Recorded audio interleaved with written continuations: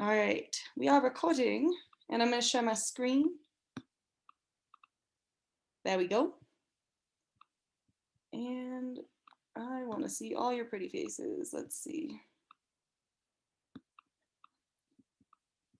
Maybe, if I can figure it out. There we go. All right, let's do this thing. So, my name's Kirsten. I am, my pronouns are she, her, hers, and I've been with Adventure Programs for quite a while now. May and Sid are actually both here, kind of pseudo assisting. I don't know. Thank you so much for coming, you two. They're here to support me and this Zoom workshop. I would like to start off by acknowledging that we are fortunate to be able to study and work on the unceded traditional and ancestral territory of the Chumash people. Much of the knowledge that I share in these workshops comes from traditional ecological knowledge preserved and passed down through thousands of years by indigenous peoples. I hope that this presentation can do justice to that tradition of sharing knowledge about how to live off and protect the land, while also acknowledging that the past and present original inhabitants have been irrevocably harmed. I realize that these are just words, but I hope that these words can create awareness and be steps towards future change.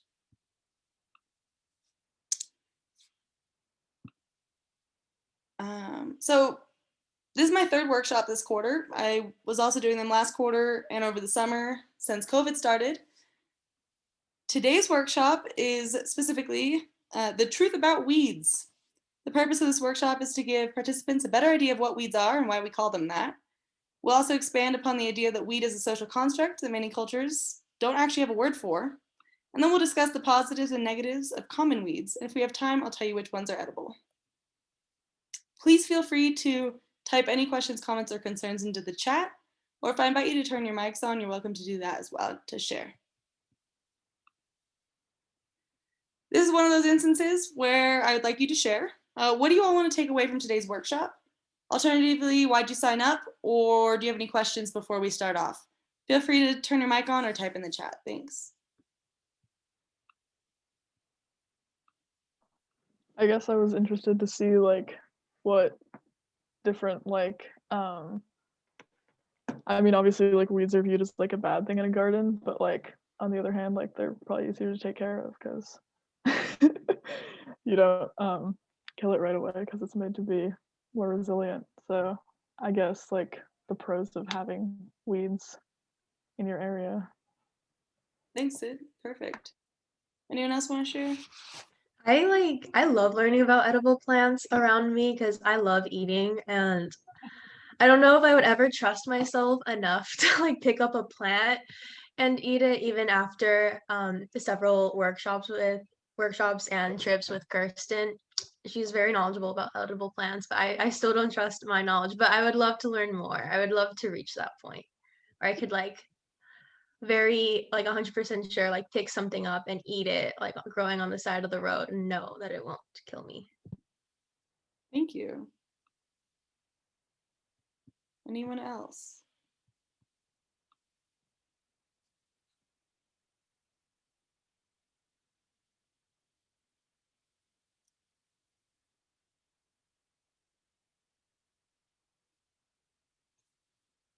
We've got 4 other people that could potentially share if you wanted to.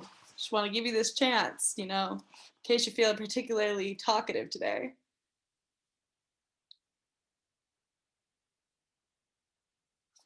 All right, well, thanks for the 2 of you did share very much. Good to hear your voices. What are weeds? This is a really good question, I say. Some people might define them as the following. A weedy native is a plant that is native to a place, but has a weedy nature. It may outcompete multiple other native species and thus contribute to a less diverse environment and suppress other native plants. The non-native weed is a plant that is non-native species, that is a non-native species to a place and also weedy in nature. It outcompetes and often dominates native plant species in an area. It could also dominate like cultivated plants. That being said, there are other ways to define weeds. Also, thanks, Christina. All right. Not to get all political on you guys, but the word weed is a social construct. In many cultures, there's no actual word for weeds because plants aren't looked on as unwanted things. When looking for ideas to write about this presentation, I read something by someone called Judy Thomas, who writes for the Central Virginia Organic Gardener blog. I like what she had to say. I would guess that most gardeners have heard a definition of weed that goes something like, a weed is a plant in the wrong place, or Ralph Waldo Emerson's quote that a weed is a plant whose virtues have not yet been discovered. And that is certainly the case, but Richard Mabey made me realize that the definition of weeds is much more. Plants go from being desired plants to being a nuisance, to being a weed, and back to being desired again. Weeds are a social construction. This means that the term weed is defined and created by man, or woman, by the cultural, social, agricultural, medical, ornamental, and artistic needs of human beings.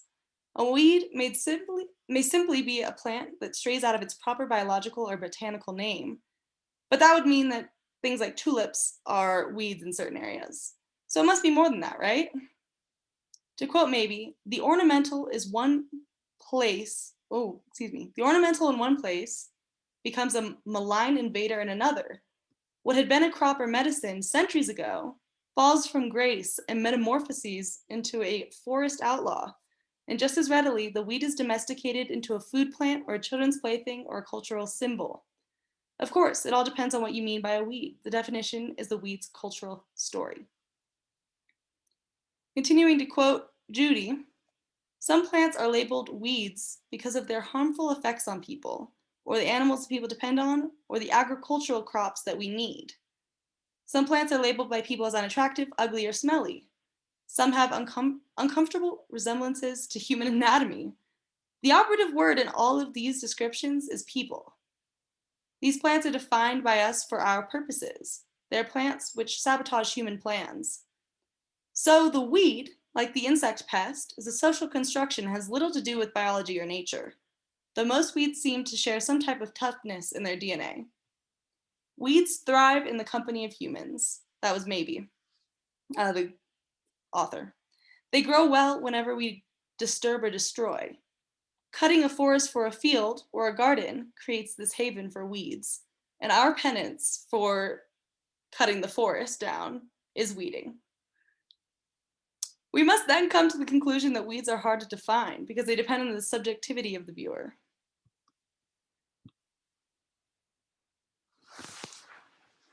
So plants that we consider weeds often have similar habits, and so we kind of clump them all together, even though, as I just said, like they're not really biologically or botanically like some group. We group them together for certain reasons. Their habitats are usually waste places and roadsides, open sites, old fields, cultivated grounds, lawns, gardens, and disturbed areas. In the words of Michael Pollan, blogger and essay writer, they grow where we live and hardly anywhere else. Weeds, contrary to what the Romantics assumed, are not wild. They are as much a product of civilization as the hybrid tea rose. They do better than garden plants for the simple reason that they are better adapted to life in the garden. For where garden plants have been bred for a variety of traits, we want them to taste good, be pretty, be big, have flowers, whatever.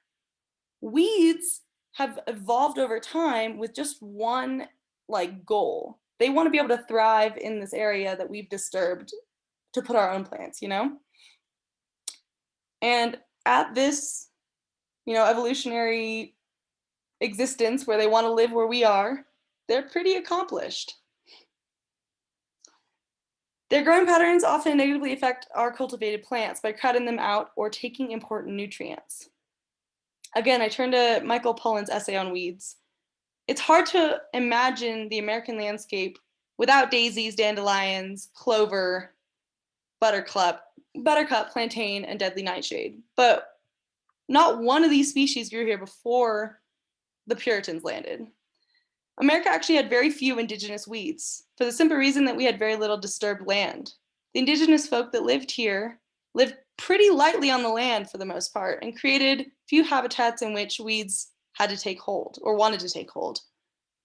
Without the plow, there was no bindweed to take over. But as early as 1663, weeds were like springing up everywhere that like the English had brought over with their cattle. Plantain, chickweed, groundsel, sow thistle, dandelion, etc., etc., etc., all plants that aren't actually native here that many people consider weeds. Some of these plants were brought over intentionally. The dandelion was used, as a salad green. Plantain was used to make bread. Other weeds, though, were very accidental, pretty invasive. They were brought over in ship ballast, boot soles, and like the hay they brought over for their cows and goats and such. But once they were here, those plants spread everywhere. That's why we see dandelions all over the place, because they took over all the areas that humans were, cutting down trees in and plowing their fields and such. And actually, dandelions, I think, got ahead of the game a little bit. They're not maybe a perfect example of only living where people disturb the land, because they do live in other places as well. But you'll definitely see them more along the trails in national parks than you'll see in the like mountain, like wild parts of the national park. All right, moving on. So there's a lot of good reasons to welcome weeds into your life. First and foremost, having weeds and other wild plants in your garden will increase biodiversity. This allows more pollinators to come to your garden, effectively helping your plants and your neighbors, and also bringing other kinds of creatures to eat the weeds and the pollinators. Bees, birds, squirrels, frogs, deer, coyote, foxes, you name it. You'll help create a safer place for these critters, maybe even like help with wildlife corridors. Weeds are also, some weeds obviously, are really good for the soil in a lot of ways. They can stop erosion, just having all those roots in place. They can attract decomposers, worms, beetles, etc. They create extra soil as they like decompose. They can also aerate the dirt.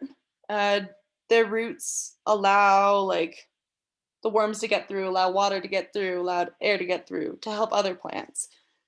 They also can like bring carbon out of the air and drag up nutrients from deep within the earth that wouldn't normally be there if you only had like a grass lawn.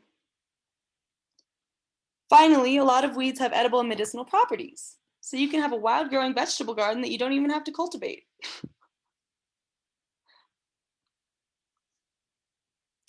All right, so as a person who studies ethnobotany, I am that person, I spent a lot of time reading about various kinds of edible plants and learning about the different ways that people can use these plants in their everyday life. As we've already learned during this presentation, there are a lot of plants out there that are really good for people, and a bunch of those are considered weeds. There's actually an entire movement called the invasivore movement that is centered around eating invasive plants. These people literally eat weeds, and so can you. Before I get started on listing some of my favorite edible and useful weeds, I'd kind of like to open up to you guys. I don't know if any of you have gardens, what are the kinds of like wild weeds that you allow to kind of just do their thing? And why do you let them grow free? Or if you don't, tell me your reasoning. I'd love to hear verbally or in the chat. This isn't like in my garden, but our compost, like out of our compost grew like a bunch of like pumpkins and squash, and like that was really cool. I think it just came from like throwing old pumpkin seeds or like rotten gourds in there. I don't know, but it was pretty cool. So we just like let that go and have some fun gourds around the fall time. Awesome, I love it. Thank you, Grace.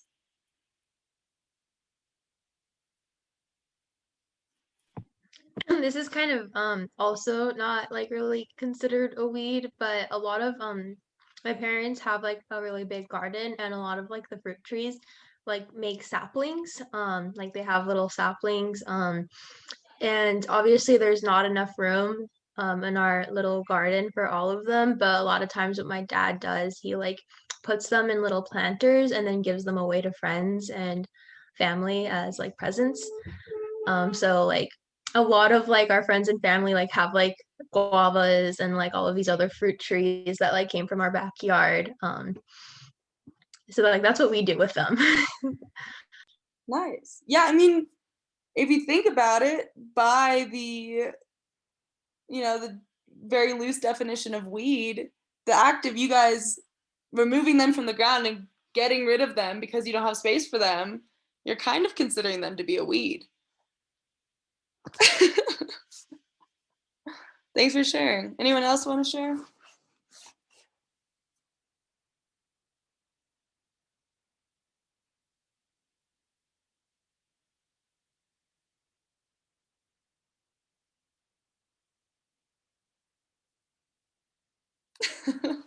Well, my dad's here, and I know for a fact that his property, he does a lot of landscaping on, but he doesn't remove all the weeds.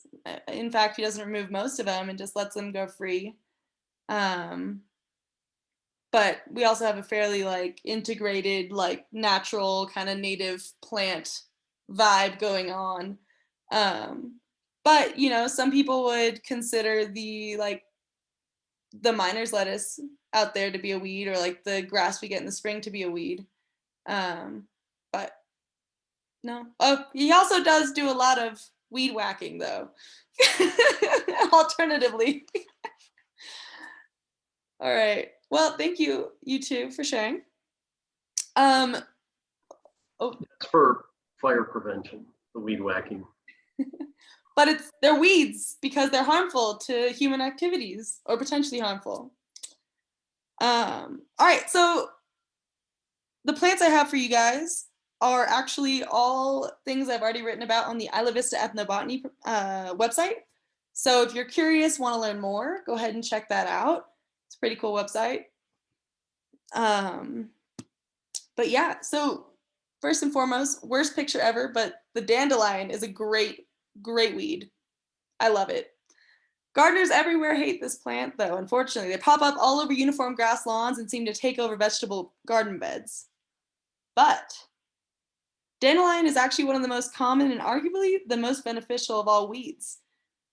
Dandelion has pretty deep roots, and they're said to accumulate potassium, phosphorus, calcium, copper, iron, magnesium, and silicon while loosening the soil. They also attract ladybugs and other pollinators, and they can attract parasitoid wasps and lacewings, which can be food for like local birds and such. This entire plant is edible from the flower to the root. If you're looking for some vitamins like A, B, C, D, minerals, calcium, iron, potassium, zinc, and magnesium, this is your plant. Super great for you. It's also known to detoxify and can be used as a laxative or diuretic in certain amounts, if you were curious. Yeah, cool plant, would recommend. Definitely go for the fresher, younger leaves because it's a bitter, and the older the leaf, the harder and more bitter it will be. Chickweed is another good plant we got for you. This is another one that's pretty much unwanted all over the world and hard to get rid of, but most foragers will agree that it's a pretty tasty snack. It is fairly invasive where it's not native to, and really likes kind of wet areas. So you're probably not going to see it in super huge quantities in like Santa Barbara and South, but in some areas like that's wetter, you'll see it a lot more. What's it got? It's got vitamins A, B, C, D, calcium. Oh, I put all the like little, what am I trying to say? Like calcium, Ca, potassium, K. So I don't know what all they mean, but it's got like a bunch of different good minerals in it. Iron, that's Fe, right? Apparently it's fairly comparable to spinach in nutrient content. So if you know what's in spinach, that might help you out.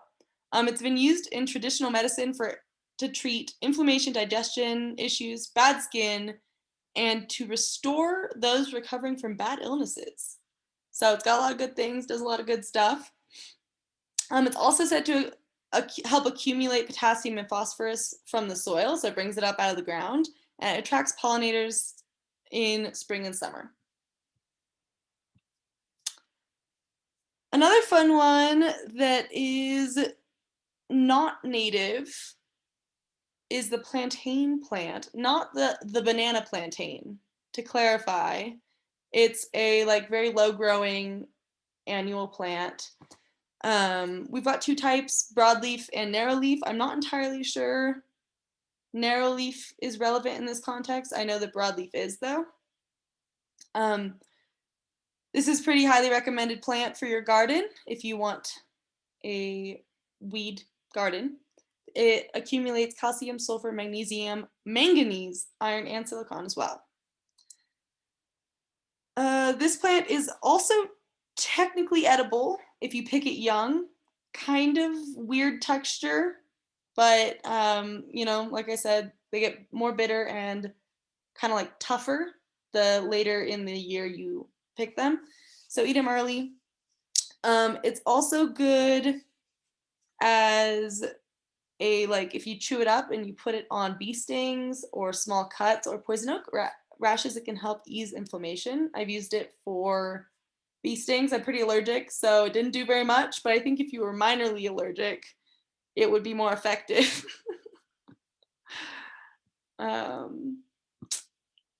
Ice plant's a fun one. We have an ice plant problem in California. I don't know, I think at least one of you is studying environmental studies. Probably learned a little bit about that. It was brought over to help with like stop erosion, but then kind of just took over a lot of like native dune areas and messed up like the whole ecosystem. That being said, it's technically edible. I think there are ranges, like different climate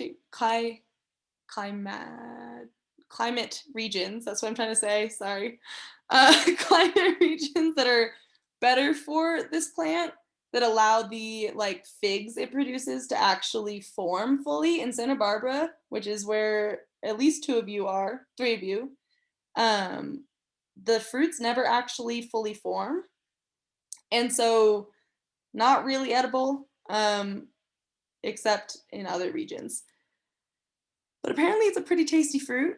The leaves, for lack of a better term, the succulent leaves, are also technically a local anesthetic. They taste absolutely horrific. Would not ever recommend ever eating one, ever.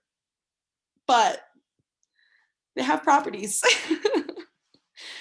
What else? Yeah, I think that's my ice plant info for you guys. Okay, so now comes potentially a slightly controversial plant that many people I don't think would consider a weed: blackberries. Arguably for many people, this is a really lovely blackberry bush with lots of fruit on it, would be great to have in their garden, and they wouldn't call it a weed. But for me, I am constantly pulling out like thorny vines that never fruit all over my mom's yard.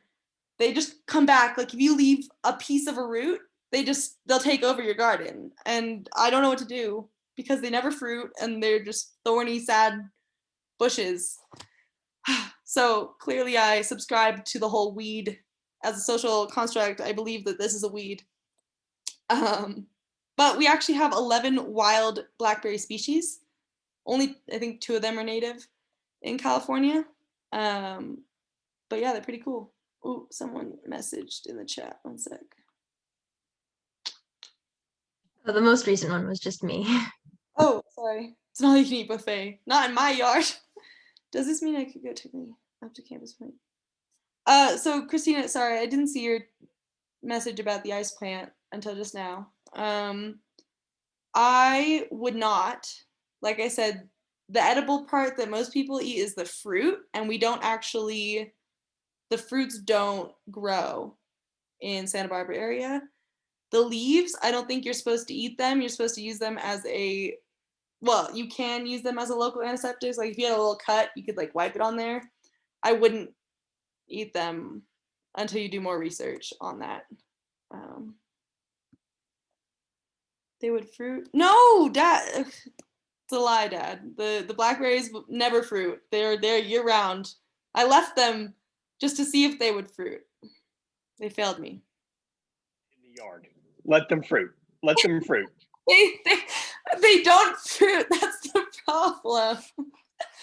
Okay, so we got 1 minute until the end. So I've got a couple more plants, but I'm gonna cut my presentation a little short so that I can respect y'all's time. My next presentation is this coming Tuesday, February 2nd, and it's on how to sleep warm in a tent. I believe May and Sid are also going to assist that as well. I teach these every Tuesday at 8 p.m. on random different topics, many of them plant related. So yeah, if you want me to send you an email with the slides or the recording or my resources, let me know. Like send me your email privately in the chat. And if you have any questions, comments, or concerns, stick around after and I'll talk with you. Thank you so much for coming. I'll stop the recording. How do I do that? One sec. Stop share. And